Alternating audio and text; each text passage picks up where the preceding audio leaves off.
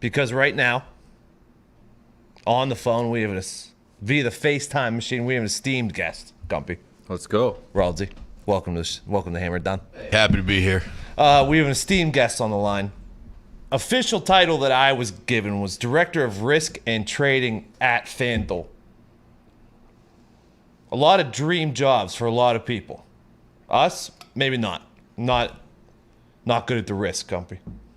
A lot of reward. But we'll ask him. Director of Risk and Trading at FanDuel, John Sheeran. Welcome to Hammer Dahn. Hey, baby, John. How's it going, guys? John, how are you? How are you today? Very well. Excited to be here. I'm a big fan of the show, so looking forward to getting some picks out there. Well, we're a fan of what you do. First and foremost, what is the director of Risk and Trading at FanDuel do? As little as possible, as often as I can. Look, it's our job is fundamentally about setting the odds for all of the bets and wager types, developing all the product that we have out there. So we spend a lot of time innovating with the likes of SGP, which I know you and your viewers are big fans of, and developing a lot of our player props. It's like you said, a dream job for most of the time. How does that happen? Like, do you get input from people on the app, from actual bettors? Do you look at anything like that other companies are going for the same game parlays, for the stuff like that, for the 3x2 boosts in basketball? Who comes up with? Did you guys just have a team of people that do that? Yeah, I mean, like a lot of that is self-innovation. I think some, good ideation from the guys in the marketing team around the odds boost. A lot of the partnership team that work with you guys come up with some of the ideas specifically for what you do. And yeah, I think, we're lucky. We've got really good product and really good development teams, support teams that allows us to, expand on what we have. And, hopefully we can keep going and driving this market and giving bettors more opportunity. So like when I text Jordan from FanDuel, who we deal with a lot, does he come to you and say, hey, Hammer Dahn has an odds boost they want to do today, and they want it to be this, and then you analyze the risk and say yay or nay?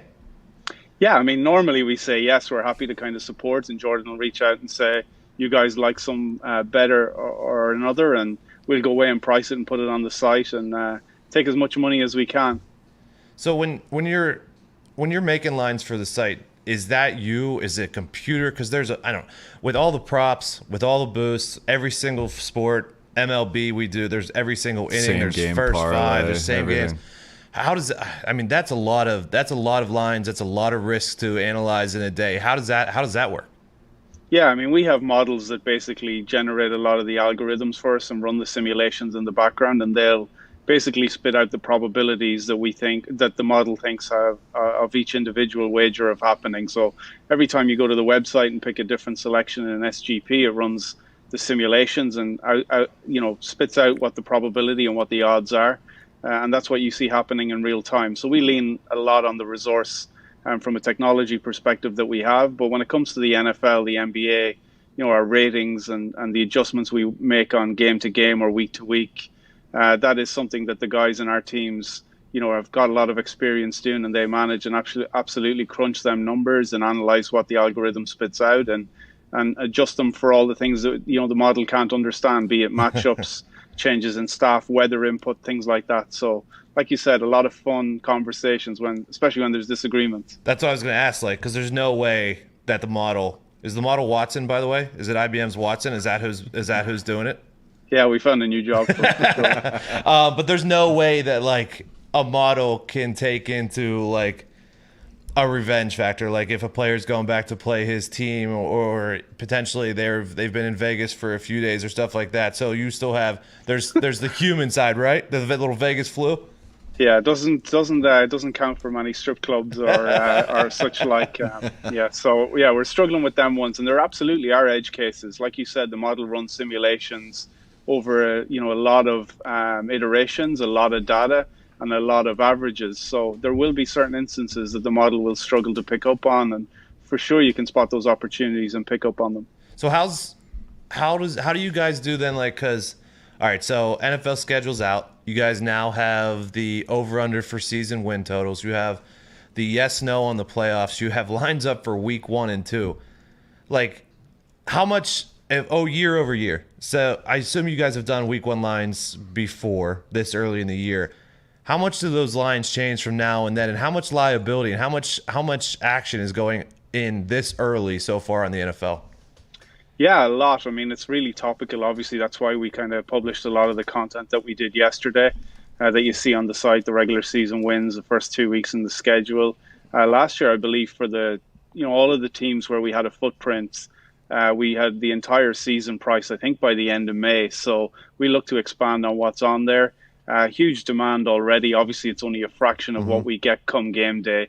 In terms of line moves, obviously, there's so many unknowns, certain specific lines. I think I remember looking back last year and we had a line that moved 10 points from when we set it right now to when it actually came about. So there's lots of opportunity. If you think you've got a good feel for what might happen, Aaron Rodgers, where he might potentially end up in week 1 or 2, then obviously that's going to have a huge impact on the line for the Packers. So there's lots of opportunity there. People just need to, I guess, invest a bit of time and make their picks and take advantage of our bad work. So here's a question for you. During the draft, or the day of the draft, when the Rodgers news was breaking and there was news about him potentially going to Denver, and Denver was going to make an offer, and Denver's odds for the Super Bowl next year were plummeting. I believe they went from like plus 3,600 to plus 600 at some point, or 1,600, somewhere around there. Now, is that based on the information that's out there, or is it just you guys trying to cover your asses based on how much money's coming in on the Broncos? Or is it a little bit of both? I think it's a little bit of all of that. I think fundamentally, though, I think there's some strong rumors. We know Aaron Rodgers is not happy in Green Bay, and we've saw, the impact of that in terms of the lengthening of the odds of the Packers winning the Super Bowl. We've moved them, I think, from 11 to 1 after the Super Bowl all the way to 17 to 1 now. And we think that Denver is by far and away the most likely destination should he decide to leave Green Bay. We were as high as 85 to 1 about the Broncos after the Super Bowl back in February, and they're already as low as 24 to 1. It's really just about us kind of assessing the probability, the likely odds of what Denver would be and the probability we think he is of going there. So yesterday we put up a market in Colorado, the only state that we're permitted to, about what his next team will be. We made the Packers a minus 170 shot with Denver, a clear second favorite, a plus 220. So we think there's somewhere in the realms of a 25% true probability chance that Aaron Rodgers ends up in Denver. I actually saw you tweet about that today, and I'm glad you brought up the point that that's the only market you're allowed to do that in. How do you guys deal with some markets? Like I think it was some of the market, like we were talking about NFL draft props leading up to the draft, and a lot of our listeners would say, hey, FanDuel doesn't have this. Where is this at on the FanDuel? But we have it here in Indy. I know like Jersey had a lot more props than we did here. Some states had none. Like, how do you guys deal with that? Yeah, look, it's very difficult. It's new to us as well. We landed in the US obviously after Passport was repealed back in 2018, and Europe and Australia are not regulated in the same way as sports betting is in the US. So we effectively could, price up what color will Tony Romo's tie be on Sunday night football, or how many times he's going to call a correct play. Those are markets that the regulators just aren't comfortable with, and I would think it's a maturity thing. I think we've seen already a lot of states get more comfortable with it, and as we kind of expand and that maturity comes, I think we'll see gradual, risk taking is the wrong word, but I think they will see more openness from the regulators to expand on their offering. I think the draft is a difficult one. It's prohibited by statute and legislation in a lot of the states, so that is very much a case by case basis, and that would require the bills and the statute to be amended before we could actually go and offer it everywhere. We'd love to offer it everywhere. We're known in Europe with Paddy Power for offering a lot of novelty and fun markets, and hopefully there's a day when we can do that everywhere in the US too. Say, speaking of Europe, and this just came off to me on the top of my head, was the Leicester result of winning the Premier League the most insane thing that the books have ever seen over there? Yeah, I think it's very close to it. I mean, I think there were 3,000 to 1 at the start of the season. I was working in Paddy Power at the time, and I think they drew their first game or their first 2 games that season before they went on to win the league. And I remember we pretty badly looked up some bets from at the start of the season, and one customer had placed $10 at 3,000 to 1, which would have netted him $30,000. But after they drew the first game, he cashed out for $6. So he ended up losing $4 on his wager and the 30 that he would have collected. That leads me into John. I cashed out one for $250 during the college football season that would have paid out $8,000, and it did. This is a question that people get a lot of time. When does the cash out pop up? Because sometimes I'll look to cash out and it's not up there. Is there a certain set of rules when you guys give the cash out versus when you don't? Is it a situation where you're like, oh, I think this person may actually win this bet, so let's throw up the cash out now? How does that work? Exactly. No, we're definitely not that sneaky. Basically, it's just calculating the probability of the odds when you place the wager against what it currently is. So the system just really needs your market that you wagered on to be alive and for there to be live odds. So if you think about like very, very late in an NBA game, it might be suspended because the game's already over, as in the probability of the result is already determined. In those cases, you won't get a cash out offer because it's suspended. So the two criteria are that your market is still available for wagering and that there are live odds at that moment in time. Gumpy? Yeah, John, is there, I guess a question, is there more bets on like newer things being made? Like I know a lot of people bet this first inning draw, first inning under, first inning no runs. Just can you dive into some of the newer bets that a lot of people are betting on right now? Yeah, I mean, I think the setup for the US sports in general, the core sports, mean that it's a pretty long investment in time, right? If you bet a run line in a baseball game or a total, invariably you're invested in that for 3 hours plus. So I think people prefer what we call micro betting and, quicker hits and the ability to be able to sit down for 5-10 minutes, watch an event, place a wager on it and actually get the outcome while you're investing that time, rather than sitting there and, waiting for the outcome of the game. Like NBA is a really good example where the last 4 minutes or so are really the crunch time. And how often does it happen that you have a wager on a total where, you're sweating every basket on an over for an hour and a half, and then all of a sudden it really just comes down to the crunch at the end. So we've tried to solve for a lot of markets that give people the opportunity to be able to get in and get out quicker and spend and get that entertainment value in a much shorter time frame. And I think you'll continue to see a lot of that. We've developed some markets in our new model for baseball and eventually hope to get to a place where you can bet on every single pitch, every single at-bat, at-plate appearance in the MLB. And I think that could happen as early as this season. Oh, John, that's... Is there ever a thought to go, a lot of books in, I call it footy, but soccer betting, if a team goes up 2 goals, they'll pay you out. Have you ever thought about doing that? And John, do you look at what Gumpy takes since he is such a good footy bettor and then potentially change the line? Yeah, we changed them the other way. So when he takes a team, we want to take more money on that side. We look at all of those promotions. We've actually been really well known in Europe for doing those. So we've looked at it in the NFL around 14 up or 7 up when you go up 7 points in a basketball game, or 14 up in an NFL game that your bet is actually graded in real time as a winner. I think some of the challenges that we've met is the regulated state-by-state approach in the US, and trying to get all the regulators aligned with approving that is a little bit challenging. So for now, we haven't been able to do wholesale, but for sure something we're looking at and something I would expect to see on a broader scale soon. But definitely thank you for the double chance in footy. I appreciate it. No problem. I think everybody likes that one. I was kind of joking about Gumpy and moving the lines, but like in the olden days in Vegas, if a sharp or a shark walked in and placed a bet, then potentially the line would move, not only because of the liability, but because they respect that guy's opinion on the bet. Now that it's on the app and not so much brick and mortar, like, is there people on the app that you guys pay attention to that like do have a good winning percentage on the app and stuff like that, and then you will pay attention to? Yeah, absolutely. I mean, we treat that very much as more information, right? So if we hang a line on week 1 and we get a sharp bettors coming in telling us, your opinion is wrong, then for certain customers, we'll absolutely value that. I think in certain situations, we're more sensitive to that than we would be on a Super Bowl, for example. We believe that we're pretty good at setting lines in the NFL or in the NBA. And we also have, excessive ego on this floor as well. So it takes a lot for us to be convinced that somebody else has got a better opinion. But for sure, there are customers that will wager early in the week ahead of a weekend NFL, where we will either negate our position if we had a position against the market. So if we're -7 on the Patriots, I know that wouldn't happen anytime soon against anybody, but when it used to happen, somebody might come in and bet the other side, and we might say, okay, we want to go back to market because we respect this customer's opinion so much. But broadly speaking, that's really difficult. They're pretty rare to find those guys that sharp, Yep. Mick, go ahead, buddy. Mitt. Jay, his mic's off. Oh, no. Sorry, his mic's off, John. We'll get to it. Go ahead, Mitt. You're on now. Oh, okay. Here we go. Sorry about that.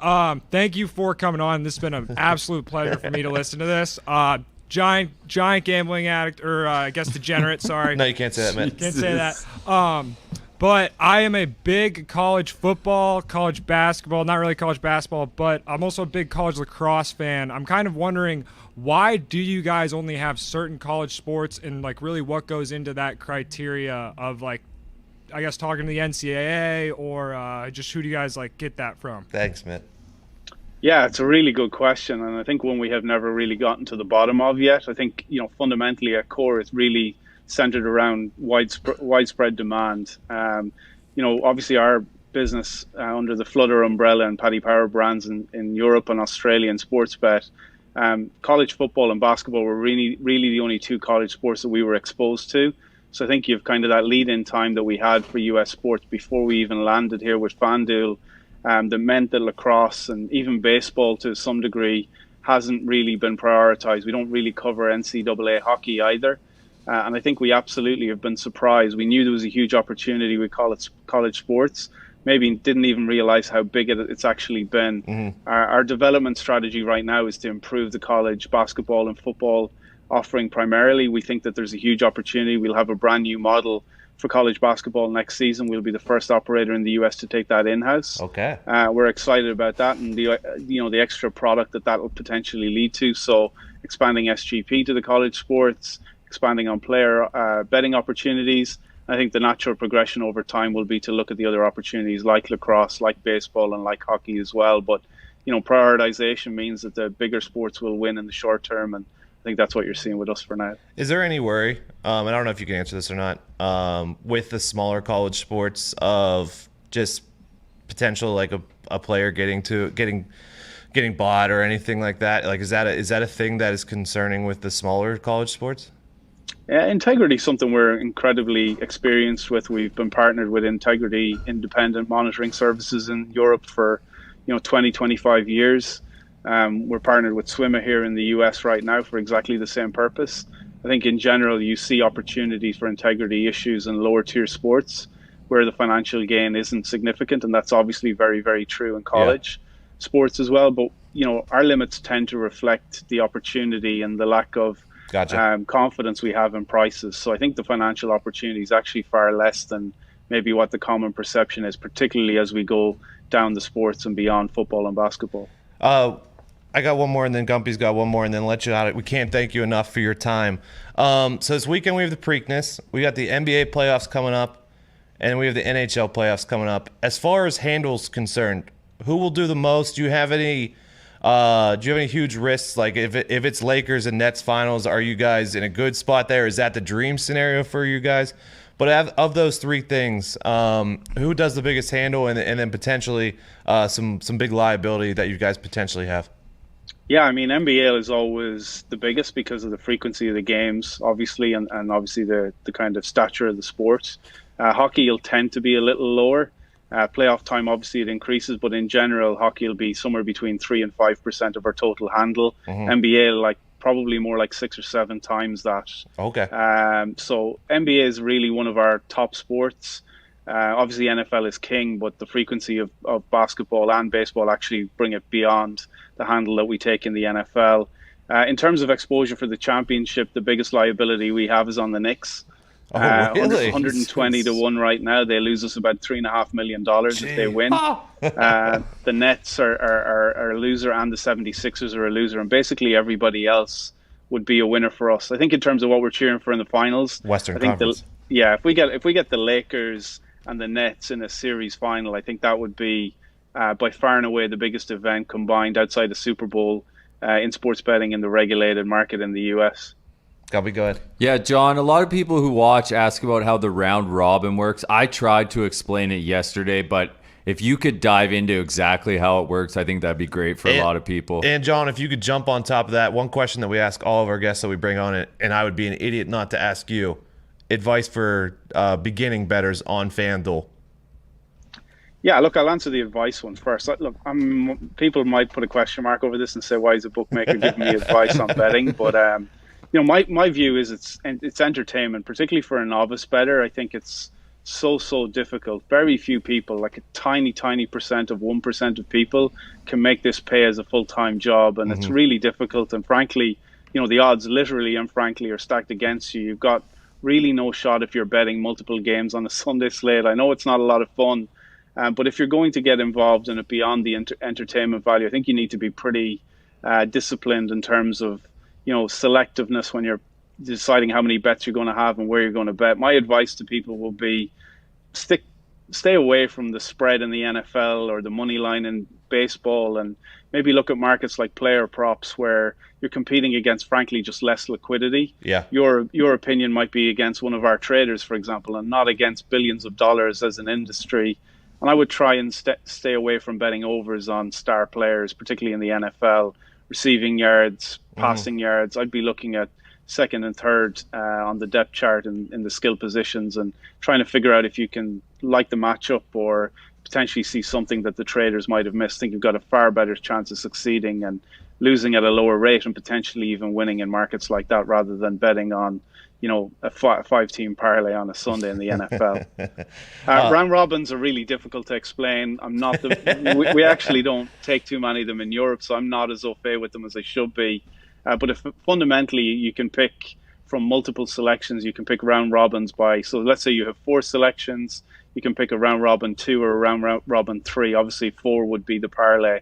And effectively, you pay for every combination that there is from 4 and 2, which I believe is 6, although I might be wrong, it might be 4. And effectively, once you get a minimum of 2 winners, you will get a payout. And it's all of those individual combinations that you've paid for, then calculated by multiplying your stake by the 2 winning odds of those 2s. And then you can do the same for 3s out of 4 as well. John, we can't thank you enough. I tried explaining it's kind of like like betting a box in horse racing, but I don't even know if that exactly. was. Yeah. We can't thank you enough. Please come back on anytime. We appreciate your wisdom. Good luck with all of the handles. Good luck to the West Coast and the NBA. Thank you so much for coming on. We appreciate it. Thank you, guys. Happy to be here. Thank you, Welcome John. anytime. Have a great day.